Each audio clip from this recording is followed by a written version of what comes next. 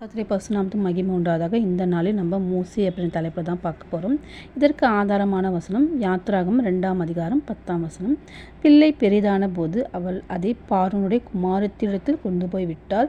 அவளுக்கு அவன் குமாரனானான். அவள் அவனை ஜலத்தினின்று எடுத்தேன் என்று சொல்லி அவனுக்கு மோசே என்று பெயரிட்டாள்.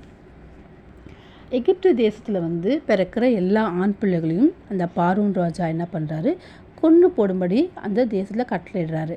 அப்படி இருக்கும் பொழுது லேவி குலத்தை சேர்ந்த அம்ராம் மற்றும் யெகோபாத் அப்படின்ற தம்பதிக்கு ஒரு ஆண் குழந்தை பிறக்குது.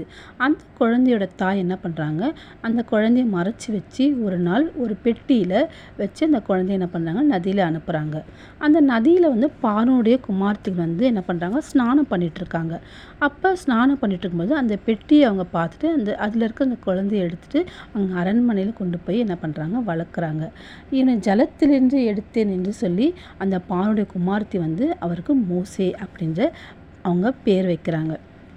மோசே பெரியவனாய் வளர்ந்து வராரு. அப்படி இருக்கும்பொழுது ஒரு நாள் என்ன ஆகுதுன்னா, எகிப்தியர் எபிரேய அடிமை என்ன பண்ணுறாரு, அடிக்கிறத கண்டு அவர் என்ன பண்ணுறாரு, அந்த எகிப்து அதிகாரியை மோசே என்ன பண்ணுறாரு, கொன்று போட்டுறாரு. அதுக்கப்புறமா அவர் என்ன பண்ணுறாருன்னா, பார்வோனுக்கு பயந்து அவர் என்ன பண்ணுறாரு, மீதியான் அப்படின்ற ஒரு வனாந்திரத்துக்கு அவர் தப்பி ஓடி போயிடுறாரு. அந்த மீதியானில் அவர் 40 வருஷம் ஆடுகளை மீச்சு அதுக்கப்புறம் சிப்போரால் அப்படின்ற ஒரு பெண்ணை அவர் திருமணம் செஞ்சுக்கிறார். ஒரு நாள் அவர் ஆடு மேய்ச்சி கொண்டு இருக்கும் பொழுது ஓரேப் அப்படின்ற மலையில் என்ன ஆகுதுன்னா, ஒரு முச்செடியில் ஒரு அக்கினி எரிகிறத அவர் பார்க்குறாரு. அப்படி பார்த்த உடனே அவர் அங்கே போயிட்டு என்ன பண்ணுறாரு, இங்கே முச்செடியில் அப்படி அக்கினி எரிஞ்சிக்கிட்டு இருக்கே அப்படின்னு அவர் என்ன பண்ணுறாரு, கிட்ட போகும்போது அந்த முச்செடி நடுவில் ஒரு சத்தம் கேட்குது.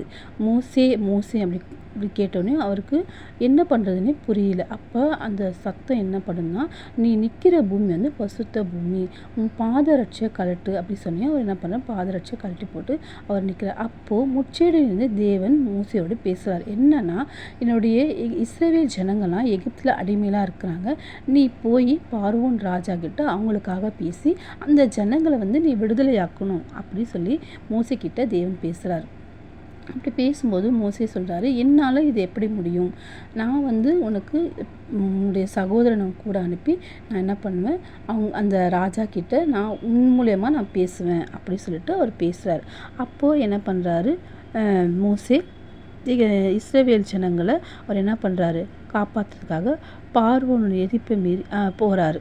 போனதுக்கப்புறமா என்ன ஆகுதுன்னா, ஒரு பார்வோனுடைய எதிர்ப்பை மீறி அவர் என்ன பண்ணுறாரு, 10 வாதிகள் மூலமாக இஸ்ரவேல் ஜனங்களை என்ன பண்ணுறாரு, அவர் விடுவிச்சு அவர் செங்கடல் மூலயமா அந்த ஜனங்களை அற்புதமாக அவர் என்ன பண்ணுறாரு, வழிநடத்தி வராரு.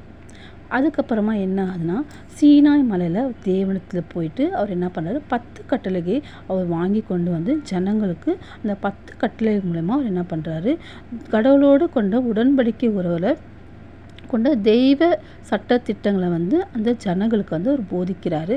அதுக்கப்புறமா அந்த ஜனங்களை பாதுகாப்பாக ஒரு தேசத்துக்கு கொண்டு போகும்படி தேவன் மோசையை வழி நடத்தினார்.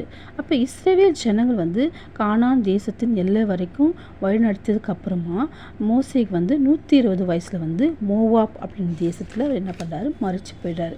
அப்போது மோசே ஒரு சிறந்த தலைவனாக இருந்தார். தேவனத்தின் வார்த்தைகளை கொண்டு ஜனங்களத்தில் சொல்லி அதன்படி அதாவது நியாய பிரமாணங்களெல்லாம் சொல்லி அவர் என்ன பண்ணார், வழி நடத்தினார். அது மட்டும் இல்லை, சட்ட திட்டங்களை வகுத்தவராக இருந்தார். அப்போ வேதாகமத்தில் ஒரு முக்கிய நபராக மோசே காணப்படுறாரு.